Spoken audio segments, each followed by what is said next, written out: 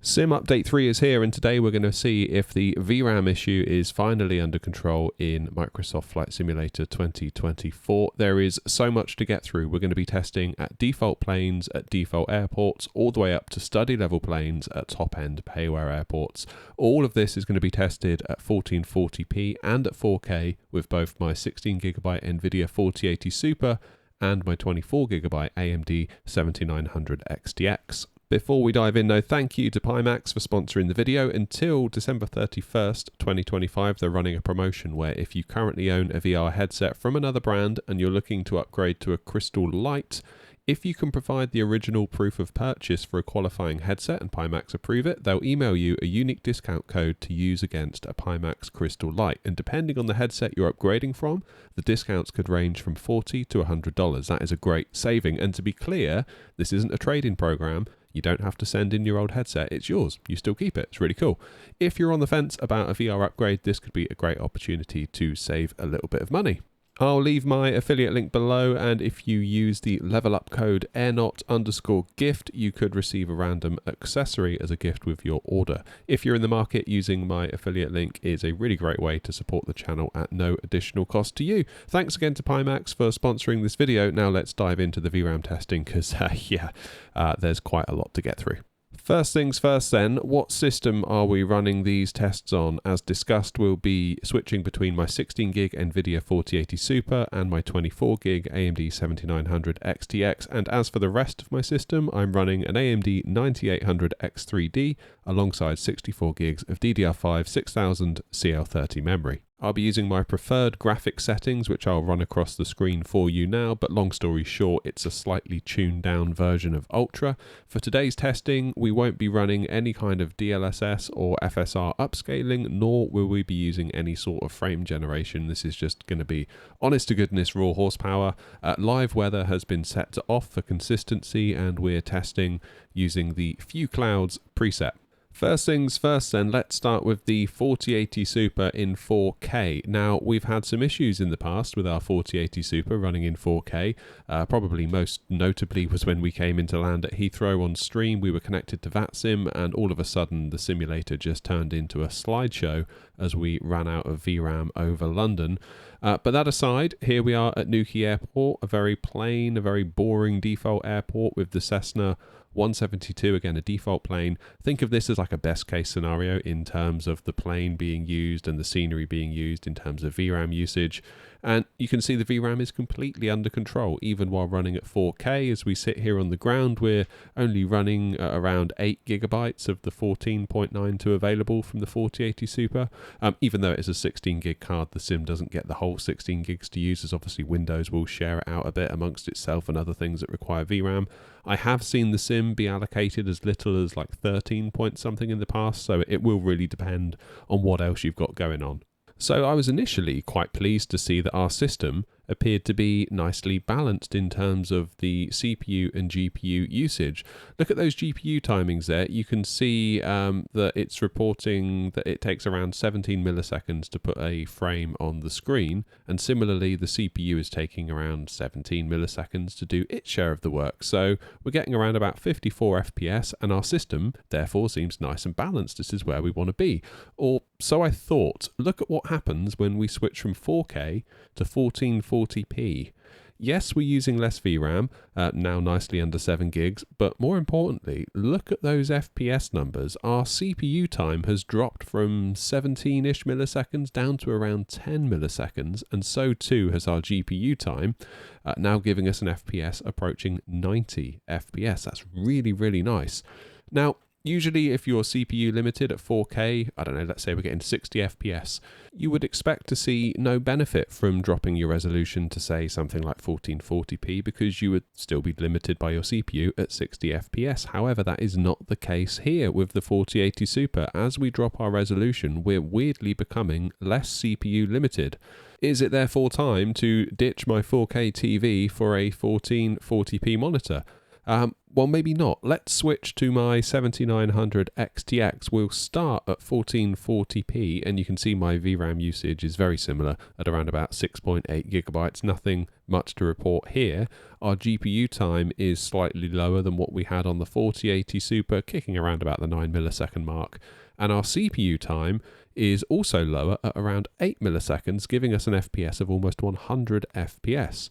So what happens if we move to 4K? Will we become CPU limited again down at around 54 FPS like we did with the 4080 Super? No, we do not. Our CPU time is remaining nice and low at around 8 milliseconds, and we are in fact limited to 61, 62 FPS as a result of being GPU limited.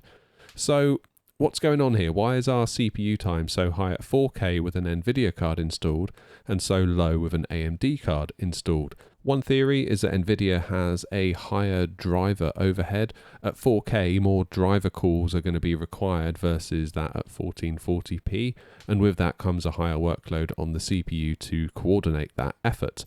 Or maybe some other bottleneck is present within my 4080 Super presenting as a high CPU frame time. Maybe it's the lower 256-bit memory bus, for example, or perhaps there's just some weird stuff going on under the hood with NVIDIA where it makes the CPU time in the sim appear higher than perhaps it really is. I don't know, but seeing these results really shocked me, and I would love to learn more to find the root cause, maybe another video for another time. If you have a more powerful NVIDIA card, say a 4090 or a 5090, and you have a 9800 X3D, I'd be really keen to see whether you get the similar results if you try going between 4K and 1440p. But anyway, back to the issue of VRAM. In a default plane, at a default airport, all is well. Even on the sometimes VRAM limited 16GB 4080 Super.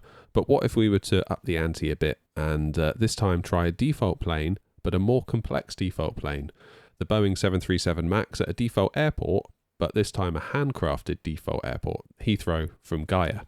Starting out with the 4080 Super at 4K, we can see when we first spawn in, the VRAM indicator is yellow, meaning we're getting towards the kind of higher end of our VRAM capacity at around about 11.5 gigs. This leaves about 2.5 gigs until we're full, which isn't as much as it sounds. It does start to settle down though after a while down to around 10.7, which does make me feel a little bit better about things.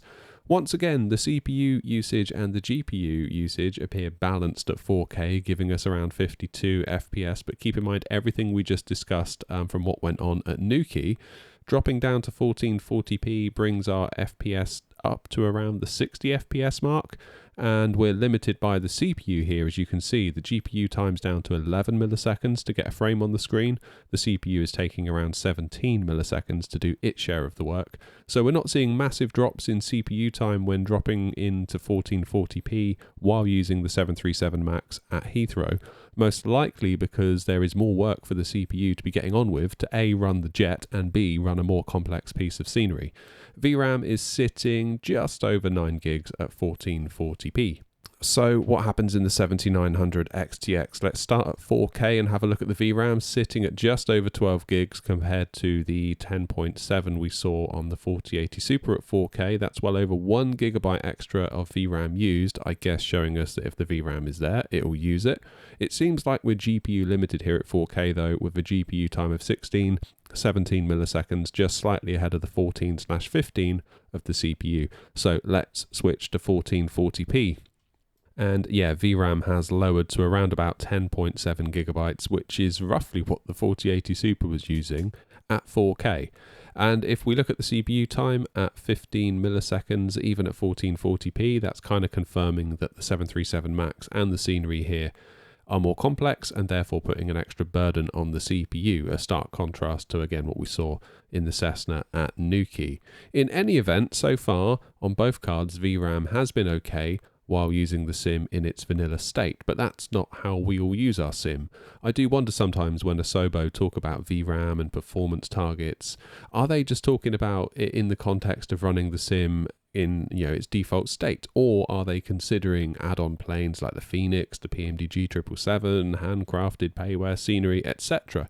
I'm inclined to think perhaps they're not, which is why I kind of wanted to make this video, as it all kind of seems okay so far while we're playing in kind of Asobo's walled garden. But what happens when we punch a hole in that wall and start running the sim properly, in air quotes, with study level planes and payware airports and things like that? So we'll start to ratchet things up a bit. We'll keep the default version of Heathrow from Gaya, and we'll add the Fenix A320 BFU. Starting with the 4080 Super in 4K, you can see when we spawn we're at about 12.5 gigs of VRAM used. Now you can expect this to settle down a bit, which it definitely does, finally getting down to around about 11.5 gigs of VRAM used.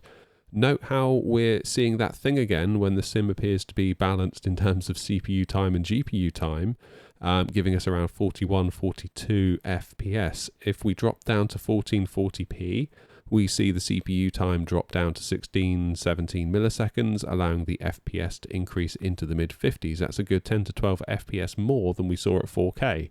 And even at 1440p with the Fenix, we're still using just over 10 gigs of VRAM. So what about the 7900 XTX? Well, at 4K, we can see we're getting an even lower CPU time than what we saw on the 4080 Super at 1440p, and substantially lower than what we saw on the 4080 Super at 4K, allowing ourselves to be well and truly GPU limited, as the GPU takes 17 milliseconds to render a frame and the CPU takes 14/15 milliseconds to do its share of the work.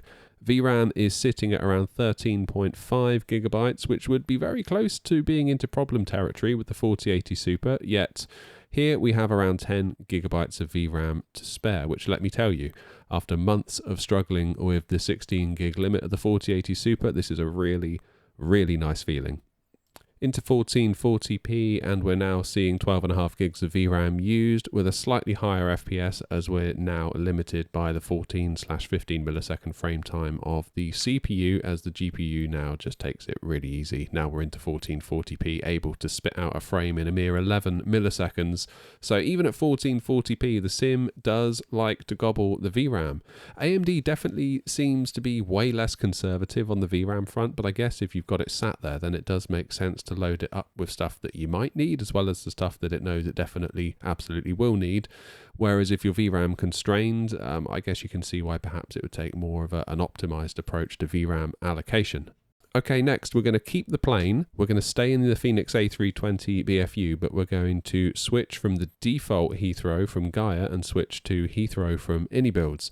Starting with the 4080 Super at 4K, kind of reassuringly, you can see we're roughly at the same amount of VRAM as we were on the default Heathrow, at around 11.5 gigs, to the point where I had to double check I'd actually installed the iniBuilds version, but I did. It did the same thing when we first spawned, kind of starting at around 12.5 gigs and eventually settled down at 11.5. Strange how both versions of Heathrow would be so similar though. You can see the usual high CPU usage here on the 4080 Super at 4K, with a CPU time of about 24 milliseconds and a roughly matching GPU time.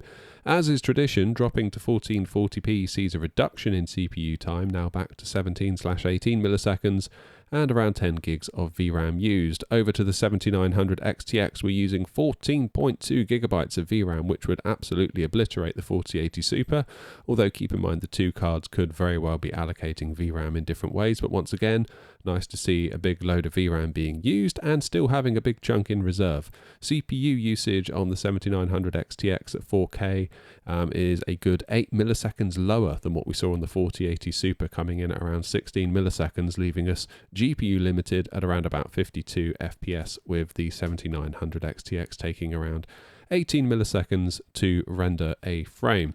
Similar story at 1440p, CPU times staying roughly the same, but GPU times dropping as a result of the lower resolution, making us well and truly CPU limited with almost 13 gigs of VRAM in use. So they're not a terrible result so far by introducing the Fenix and the payware version of Heathrow from iniBuilds, but I do feel a certain sense of VRAM and anxiety when it comes to the 4080 Super. It feels like we're okay for now, but we could still run into trouble. With that in mind, let's go to Edinburgh V2 from Pyreegue and see how the 4080 Super gets on there, as this is an insanely detailed payware airport, which should give the 4080 Super's VRAM capacity quite the workout. So starting out in 4K. And yeah, as we spawn at the gate, we're seeing VRAM up into the 13 gigabyte range, which really isn't much good at all. This is problem territory for sure. Given some time, it does begin to settle down somewhat, getting us into the 12 gig range, which is a bit tight still, but it's still, it's better than what we had. But all we're doing here is looking straight ahead, and if we start switching camera views, you can see very, very quickly we push ourselves up into the 13 gig range again, and the frames are kind of like a slideshow during those view changes. That's not what we want at all. This feels like we're really walking on a knife edge, as in the past, it's been in moments like this where the VRAM's been super tight, and then one wrong move, maybe changing a camera view, and you run out of VRAM and the sim kind of goes into this state where it like locks to something like 7 FPS, or worse still, crashes to desktop. So then perhaps 1440p will give the 4080 Super some breathing room. Well, first things first, we're seeing the same old thing. We're dropping from 4K to 1440 helps out a ton with the CPU time, now down to 22-ish milliseconds, getting us up to almost 40 FPS. VRAM seems a bit happier too, at around 11.7 gig, leaving us just over 2 gig to spare. Again, that's less than I'd like, but not disastrous. Switching camera views can push VRAM up into the 12s, and while it might make some of you a bit uncomfortable, it's not a complete disaster like we saw in 4K. What about the 7900 XTX then? So if we start in 4K, we've got a CPU time south of 20 milliseconds, which is really nice to see, giving an FPS of around about 50, which, believe me, in the Fenix at Edinburgh is nothing to be sniffed at. VRAM sitting at almost 15 gigabytes as we sit here in the gate looking straight ahead. Switching camera views, and you see it bounce around a little bit, and going to an outside view here, you can see it exceed 16 gigabytes, even seeing it above 17 at points as we switch camera views around. Keep in mind though that AMD could be more liberal when it comes to using VRAM versus NVIDIA, so it's not exactly an apples to apples comparison, but it's nice to see the sim being able to use what it needs while still leaving a nice chunk in reserve, even in super demanding situations such as Edinburgh V2. When all's said and done and we let it settle down, it does eventually sort of chill to about 14.5 gigs after a period of looking straight ahead at the gate. Switching over to 1440p, you can see the FPS really hasn't changed at all due to us being CPU limited, with a CPU time still of around 20 milliseconds, just like we had at 4K. But even at 1440p, the sim is using almost 14 gigs of VRAM. The highest I saw it peak to was around 15.7 as we switched between a load of views and then went to back to the cockpit. So even at 1440p, that VRAM can still be gobbled up quite happily by the sim. So then, what's the verdict? Can I go back to using my 4080 Super at 4K now that Sim Update 3 is here? And probably not, I think, is the answer. It might be alright some of the time, heck, even most of the time. But as someone who streams and makes content, I can't really risk having VRAM issues turn my sim into a slideshow. Now, in fairness to Asobo, at 4K, using the 16GB 4080 Super using their default planes at default airports, such as the 737 MAX at their handcrafted Heathrow, things did seem more under control than what we just witnessed at Edinburgh, despite me having a good dose of VRAM anxiety. But the truth is, that's not how I use the sim. I make use of third-party airport scenery and high-end airliners such as the Fenix A320 family, the PMDG 777s, along with other add-ons too. So perhaps then I need to go above and beyond their system recommendations. Keep in mind they did actually recommend a 4080 for their, I think it was their ideal spec, which I believe was targeting 4K at 30 FPS. Had I just ran Ultra in today's tests rather than my optimized settings, I think our VRAM situation would likely have been a lot worse. All this is to say then that I still don't regret side grading to my 7900 XTX from a 4080 Super.